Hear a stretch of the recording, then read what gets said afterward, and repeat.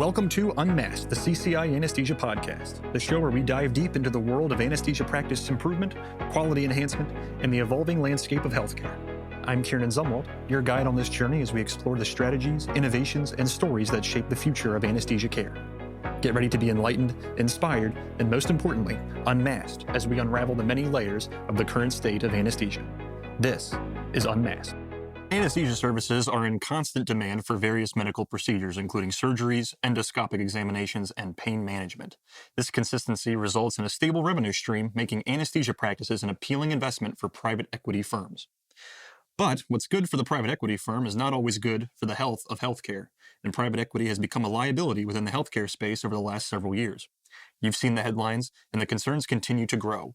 Hospitals and facilities managed by anesthesia groups that have accepted private equity funding face the fear of transfer of expenses and contract terminations. Meanwhile, the management companies encounter lawsuits, rising debt, and bankruptcy. I'm Kieran Zumwalt, and today on Unmasked, we are discussing the impact of private equity on the anesthesia space with two esteemed guests. With us today, Alex Gurecki. He is the president of CCI Anesthesia. He has over 25 years of senior-level practice management and consulting experience, focusing on improving operational and financial performance at nearly 400 healthcare facilities nationwide. Alex, welcome to Unmasked. Thank you. I'm glad to be here. Dr. Brian Schmutzler is on our panel today. Dr. Schmutzler received his medical degree and PhD from Indiana University School of Medicine. He completed an internship at St. Vincent Hospital and Health System in Indianapolis and an anesthesia residency at Indiana University School of Medicine, with a special emphasis on regional anesthesia and ambulatory anesthesia. Dr. Schmutzler is the chief anesthesiologist in Mishawaka, Indiana, and regional medical officer for Central Indiana and Michigan with CCI Anesthesia. Currently, Dr. Schmutzler actively practices anesthesiology and acupuncture in Indiana and Michigan. That's quite the tongue twister, but I'm glad to have gotten through it. Welcome to the program, Dr. Schmutzler. Thanks, Kieran. And please call me Brian unless you're on my operating room table. Absolutely. Thank you, Brian.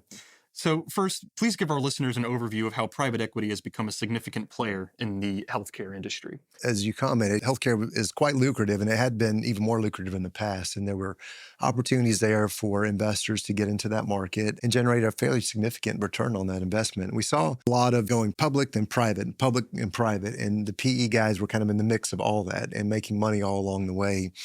Things have kind of slowed down within healthcare now. COVID had a lot to do with that. It kind of put a big dent in the return, the financial return you could get on things, because we saw such a dip because elective surgery stopped.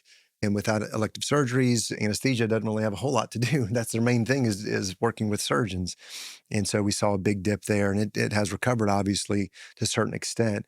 But in the face of that, we've seen in the background the insurance payers, the insurance groups out there have kind of ratcheted down reimbursement on anesthesia. And it's a variety of reasons, one of them being that your anesthesia provider is kind of like this unknown guy that's somehow involved in the surgery you're having. You as a patient, you know who your surgeon is, you're meeting with your surgeon, the surgeon is doing everything, but you don't know who's providing the anesthesia. If they start cutting reimbursement on surgeons, the surgeons are going to hear about it. They're going to be mad about it. They're going to voice their concern. The patient will voice their concern. But anesthesia is more of a support service. And so it's kind of low-hanging fruit in some regards for them to begin ratcheting down and squeezing that reimbursement a bit. Now, when that started happening, the private equity guys said, okay, well, if you're not going to pay us what we want, then we'll just send a bill to the patient separate from that. Because, you get your statement and it says some ridiculously high number of what it cost for your procedure. And then it has what the allowable was that the insurance paid. And usually that's kind of where it stops, right? The insurance company paid and that's what you get. Well, the PE back groups were saying, well, okay, I know the insurance company gave us this, but we're going to go ahead and send another bill out to the patient, a surprise bill to them. And patients would pay the money. They'd get scared. They're afraid they're going to go into collections, have their credit ruined, all that stuff. And so they started doing that. Well, then Congress, of course, passed the Surprise Billing Act that stopped all that. Well, then a big chunk of money just dried up all of a sudden. And now private equity is looking for a parachute to get out of this because the ROI, the return on that investment, just simply isn't there like they thought it was anymore. They had a good run, but now they just can't seem to get that kind of money like they used to anymore. What is it that draws investors to healthcare services, particularly in the field of anesthesia? Maybe not right at this particular moment, but in the past. When private equity buys in, they really want a 5 to 7 year turnover, right? So they're looking at what do they project profits to be in the next 5 to 7 years, and anesthesia in particular, but medicine in general, from the 90s, 2000s, 2010s, really was just an upward trend, skyrocketing. And so that's what they were looking at. Where can we make big money quickly? And then you've got, the fact that anesthesia services are always needed, right? You're always going to have needed services. Now, they didn't predict COVID, which is kind of a bump in the road, but you're always going to need anesthesia providers to do cases. And so they felt like anesthesia was a safe bet, and medicine in general was a safe bet. Again, not predicting the No Surprises Act and not predicting COVID happening. And then, over time, I think the private equity companies made a whole lot of money off of anesthesia in particular. And you can maybe debate whether that was good for patients or not in the long term. Yeah. But the private equity companies made a lot of money covering anesthesia and buying anesthesia groups. And I think the pendulum's kind of swinging a bit now. I don't think the profitability in anesthesia is quite that same precipitous increase.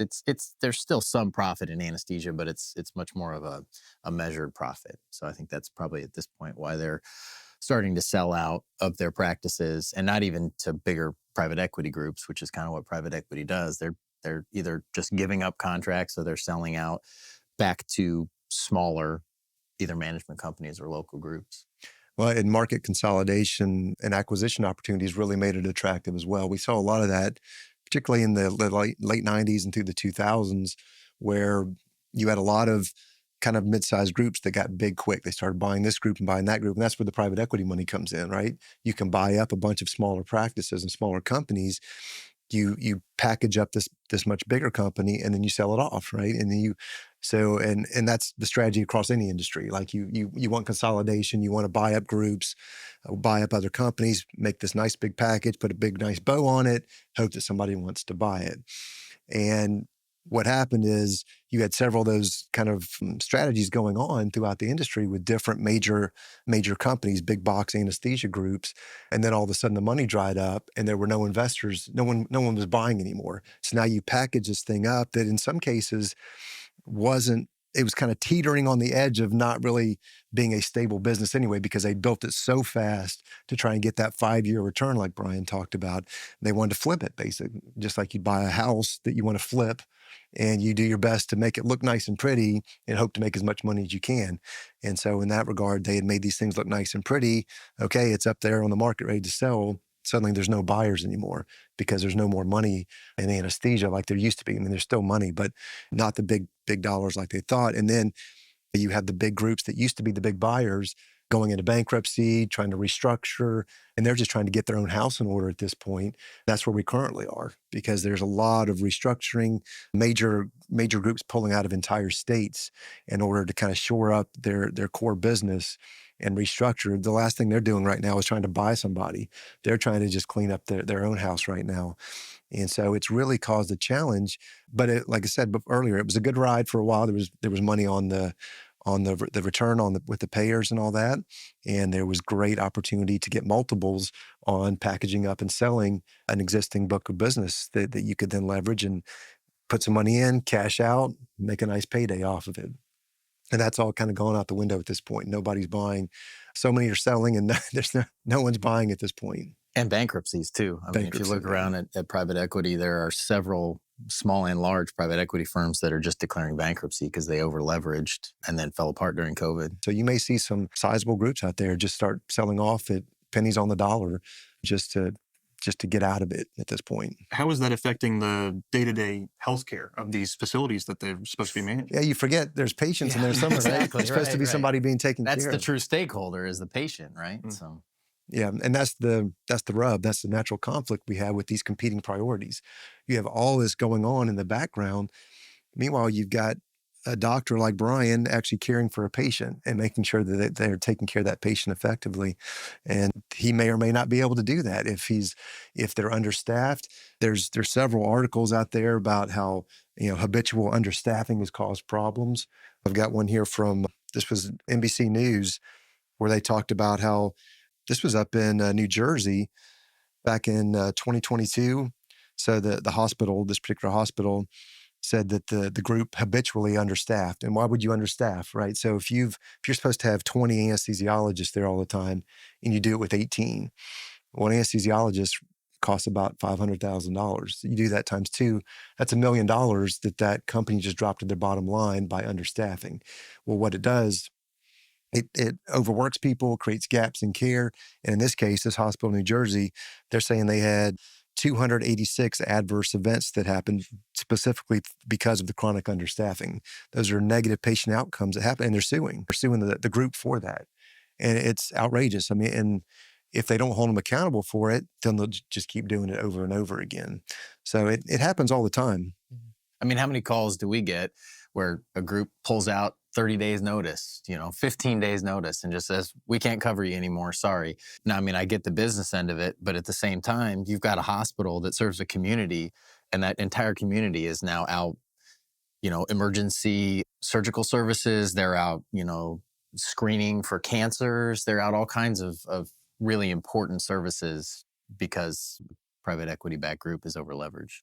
And it puts the providers in a bad spot because they're in there showing up every day, trying to do the right thing, trying to take care of patients, and they're pedaling the bicycle as fast as they can. And if they don't have enough people, they just can't do it. I mean, there's another one here in Nevada, stated in the same NBC News article. This is all in October of 2022.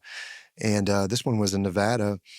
And this particular place was the only trauma center in the area, and they were habitually understaffed again. And the chief and some of the other physicians there, anesthesiologists, they said, yeah, you guys got to do something. And the group wouldn't do anything, the PE-backed group. And so they said, well, we're just going to resign because you're endangering the community at this point. You're endangering the patients. You're putting us at malpractice risk for our livelihood here. And the group said, well, you can do that if you want, but you have non-compete. You have restrictive covenants that say you can't work at any hospitals in the area. And it might be 50, 60, 80-mile radius that they can't work anywhere. And so they're stuck in a situation where they either keep working in a place that is dangerous in their perspective, or they sell their house, uproot their whole family, pull their kids out of school, and move to a whole other community somewhere. And that's the kind of stuff that ends up giving the private equity-backed groups a bad reputation, unfortunately, because now not just with the hospital, but now with the providers as well, because now the providers feel like they're hamstrung at this point. They have no say in what's going on, even though they voice their concern and no one's listening, and they're kind of stuck in that situation. Is private equity in anesthesia, as we mentioned, there are some major negative drawbacks. Is it still very prevalent now, do you think? And do you think it will continue to be in the future, or what do you see as far as that goes? I think it'll always be there. I think there's always going to be someone that's going to take a risk and see if there's an opportunity there for them.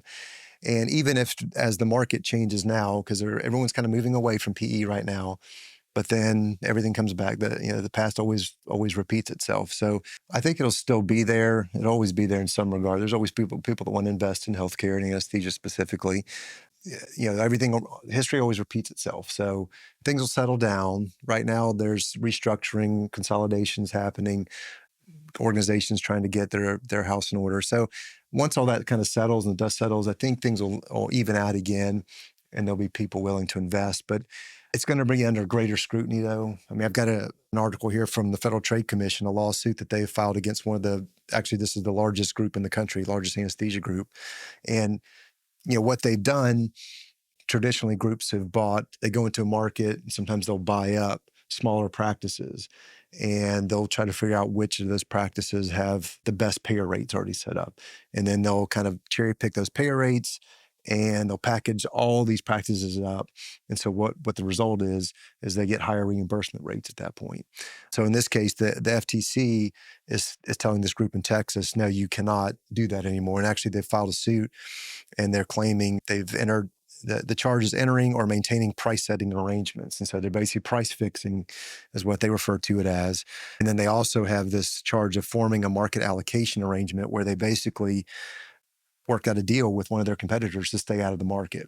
So they kept competition out of the market, and they drove up rates. In this case, it says it was in excess of $10 million worth of extra anesthesia costs that those communities in Texas paid as a result of the price fixing that they call it, that they did. And this was an FTC filing that just came out believe it was last year. This is actually no September of 2020. Yeah, September of 2023.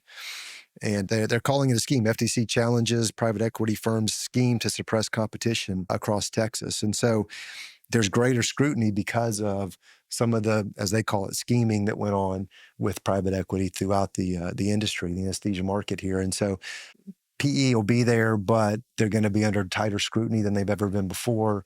They're going to have, I guess, tighter rules of engagement than they've had in the past. And Federal Trade Commission is going to be watching them real close on this kind of stuff. Mm-hmm. Traditionally, private equity gets in a little late and leaves a little late, right? So they didn't get into the market till they were sure they could make money in it, and they didn't get out, or they did start getting out of the market until they were sure that the money wasn't as good as it was before. It'll probably swing back, but I think what private equity is going to have to figure out, because they're not clinicians, they're not boots on the ground, is they're going to have to figure out how to structure their buyout deals and how to structure their contracts with hospitals in a way where their risk isn't what it was before. You know, private equity took a lot of risk in all medical practices, but particularly anesthesia, because they could do out-of-network billing, because they could consolidate. And so now they're going to have to mitigate that risk, and they're going to have to do that both on the contractual side and on the structural side.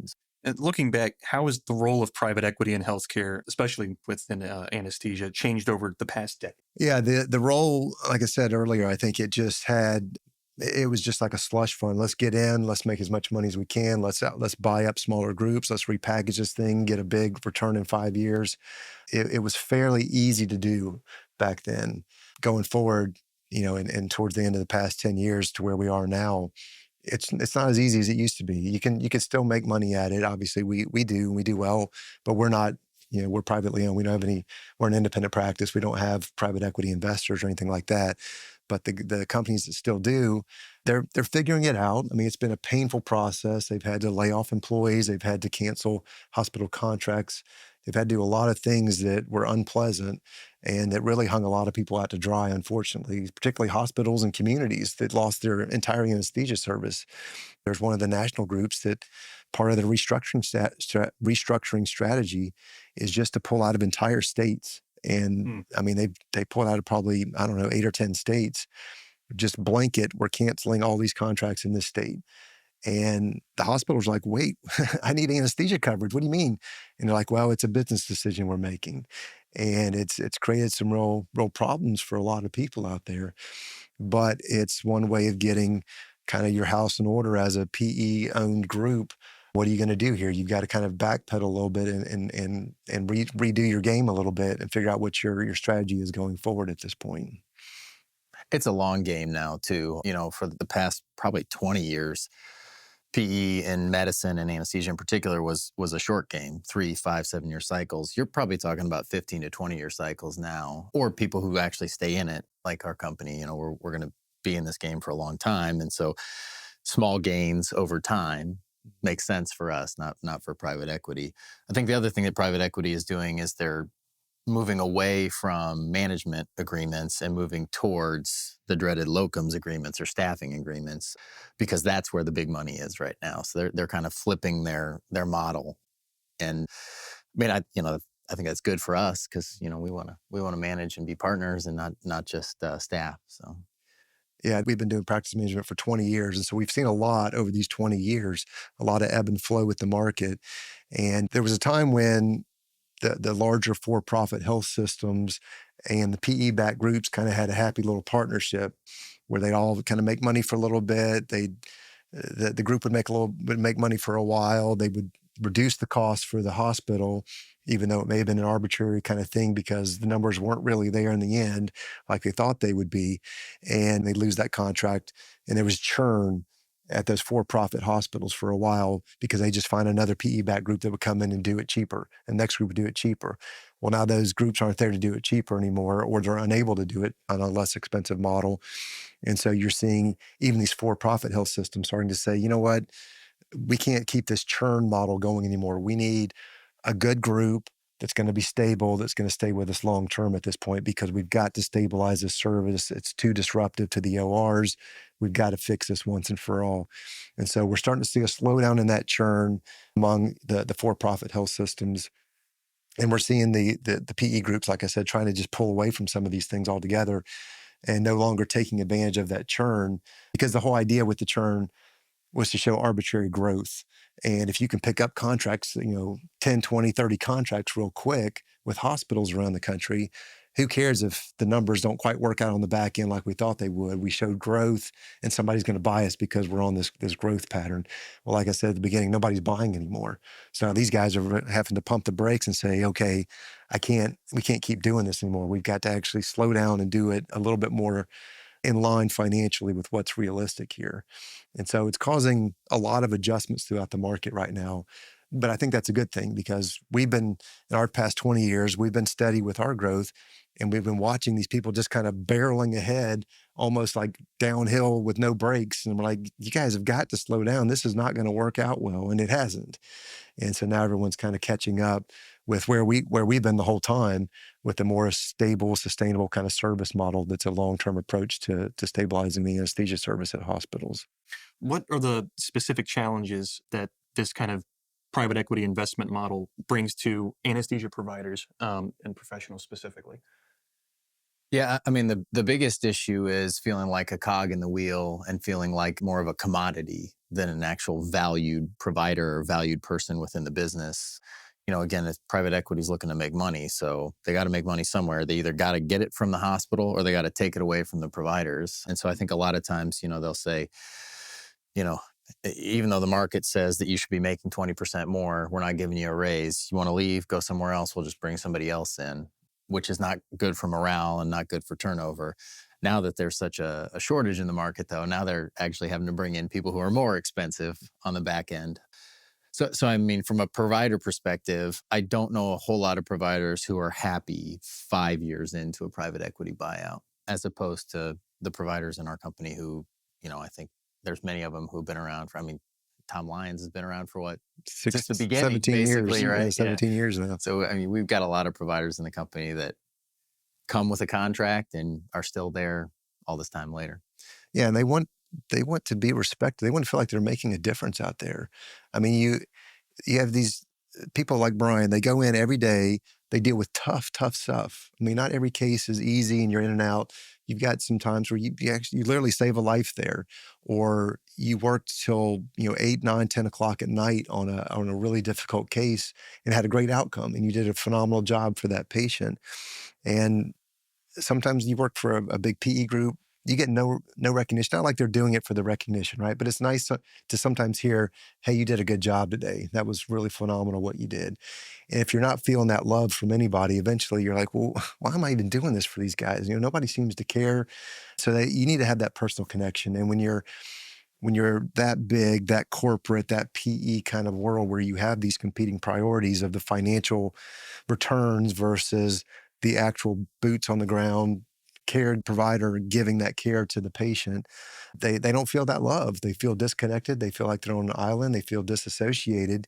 And so in that situation, if somebody down the street's offering 20,000 more, you're going to go take that other job because who cares? Nobody cares about you anyway. You're a cog in the wheel, like he talked about. What is the impact on hospital management companies accepting private equity funding? Well, I think much like anesthesia, it kind of puts a strain on the system.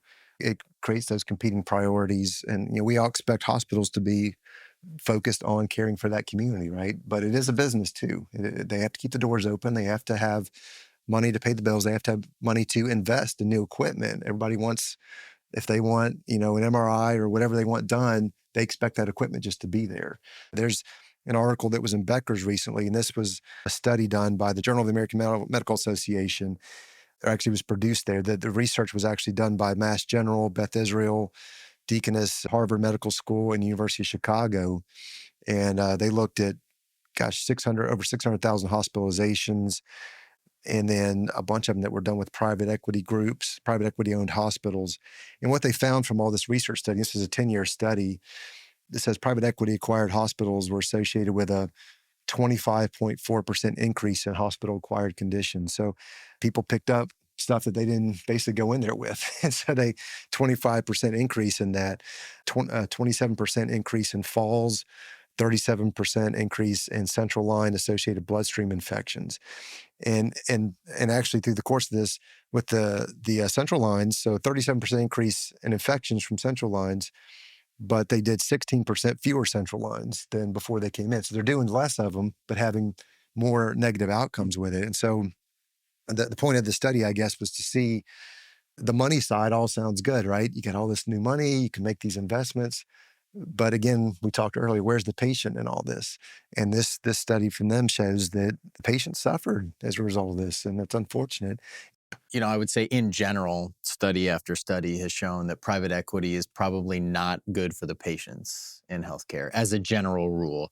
Not to say there aren't private equity firms that do a good job in anesthesia and in other realms of healthcare, but in general, when the pressure is to profit and profit quickly, that's not good for patients. Yeah. There's strings that come with the money, right? So, I mean, the money's great on the front end, but there are certain things that are expected on the back end, and that might be cutting back staffing, that might be seeing a different type of patient, not taking a certain insurance or something like that. So there's some strings that come with it.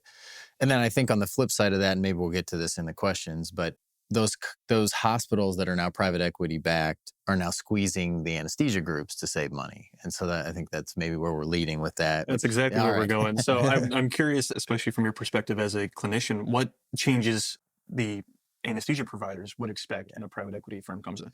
Yeah, so we see this a lot. Again, you look at that 3, 5, 7-year ROI, the cycles that the private equity companies go through. And so if you've got a management contract with a hospital that's backed by private equity, they're starting in year 2 or 3 to squeeze costs. And one of those costs, big cost center, like we talked about before, is anesthesia. So what are they going to do? Well, they're going to come to you and say, I'm sorry, we can't pay you this amount of subsidy anymore. You need to reduce it. So that's where we get into the cutting staffing, cutting salaries or compensation of the providers, or some companies will just pull out of the hospital. And so then we get back to that churn like we talked about before. So, and how do those changes affect the workforce? Longer nights, more work, feeling like a cog in the wheel. You just don't feel valued if really all you're looked at is a cost center. As somebody says, you cost too much money. I've been in circumstances at for-profit hospitals where there's actually administrators coming down saying, why are you eating lunch? You're costing me money right now, right? I mean, it's that sort of stuff, right? Why, you probably get a lunch, right? I mean, So I think that sort of thing where you just feel like you're costing the hospital money and you're not really valued is a lot of where that issue comes from. Yeah, that's got to be discouraging as a provider. I mean, this isn't why you got into medicine to be beat up on to make it sound like you're just costing money, or what's the point of having you here? No, it's a critical, important role to have in that hospital and that organization. So yeah, it does. Again, it causes, because they want a return on investment. ROI is king, right? You want that return. You put this money in. How much you're going to get back and how fast you're going to get it. And that's what drives a lot of this, is the speed of the return, because it is short-term strategies. It's never a long game for that kind of stuff. They want to get paid. How does private equity influence the patient experience within anesthesia? Well, I think it's what we've talked about with the surprise billing legislation, where they don't have that revenue stream anymore. The lack of buyers out there in the market that they thought they could sell to. Some of these guys thought they might sell to some of the other bigger groups similar to them out there. And there's no buyers at this point. So they're struggling in that regard, because they took on new business, took on growth, hoping for a short-term strategy return. And that short-term strategy hasn't quite panned out like it should have. So they're struggling in that regard. They're struggling with, which I talked about earlier, the Federal Trade Commission cracking down on them. Yeah. They're under scrutiny like they've never been before. And there's just some, I guess, I assume unforeseen circumstances that have come their way with legislative efforts, with oversight, with different things that you don't have sometimes in other industries. That the healthcare is different. I mean, it's people's lives, and there is more oversight than traditionally there is in other industries. They underestimated risk too. I mean, nobody saw COVID coming. Nobody saw surprise billing coming. The No Surprises Act coming. So they underestimated risk and overestimated profits, and that's the biggest reason they're struggling. I agree. So what are some alternatives then to the private equity-backed anesthesia management? Well, there's groups out there like us that are independent, privately owned, and that are able to come up with some different scenarios, that whether it's a traditional outsourced practice management agreement like they have right now, or if the hospitals want to do some kind of hybrid model where they bring those providers in-house as employees of their organization and have us manage their services. There's groups that do that. It puts them back in the driver's seat, essentially, with managing their anesthesia service. And they just have a partner like CCI that comes in and does that for them.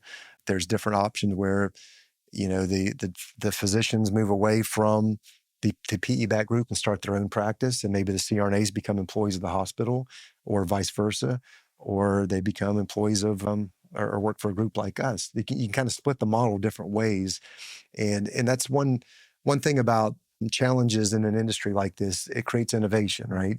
You've got to come up with new solutions that weren't there before, and so at CCI, we've identified some very unique models, very unique solutions for hospitals that other people just haven't even thought of or seen before, that we're able to address some of these concerns out there, help stabilize them quickly, and then move them forward with a better long-term strategy that's going to give, frankly, everybody involved a better path forward, the hospitals, the providers, and then groups like us as well. Yeah, it's a more sustainable model going forward.